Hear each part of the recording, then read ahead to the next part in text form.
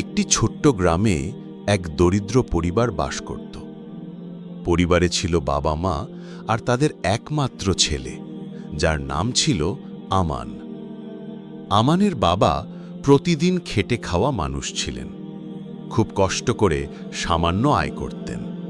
অনেক সময় ঘরে খাবারও থাকত না। তবুও আমান ছিল অতি দয়ালু আর উদার। একদিন গ্রামের মসজিদে ঘোষণা হলো, এক দরিদ্র পরিবারকে সাহায্য করা দরকার, সবাই যার যতটুকু সম্ভব দান করো।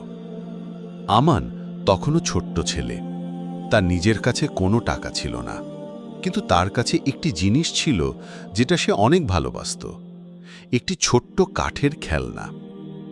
সে ভেবে নিল, যদিও এটি খেলনা, তবুও এটি তার সবচেয়ে মূল্যবান সম্পদ। সে সেটি নিয়ে মসজিদের দানবাক্সে রেখে দিল।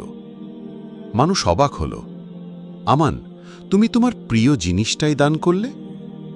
আমান হেসে বলল, আল্লাহর পথে দেওয়ার জন্য আমার কাছে এটাই সবচেয়ে মূল্যবান, তাই আমি এটাই দিলাম। সেই রাতে তার বাবা স্বপ্নে দেখলেন আকাশ থেকে আলো নেমে আসছে, এবং সেই আলো ঘিরে রেখেছে তাদের ছোট্ট ঘরকে, যেন রহমতের বৃষ্টি ঝরছে। পরের দিন আশ্চর্য ঘটনা ঘটল। গ্রামের এক ধনী ব্যবসায়ী তাদের খোঁজ পেলেন এবং সাহায্যের হাত বাড়ালেন। তাদের সংসার ধীরে ধীরে সচ্ছল হতে লাগল।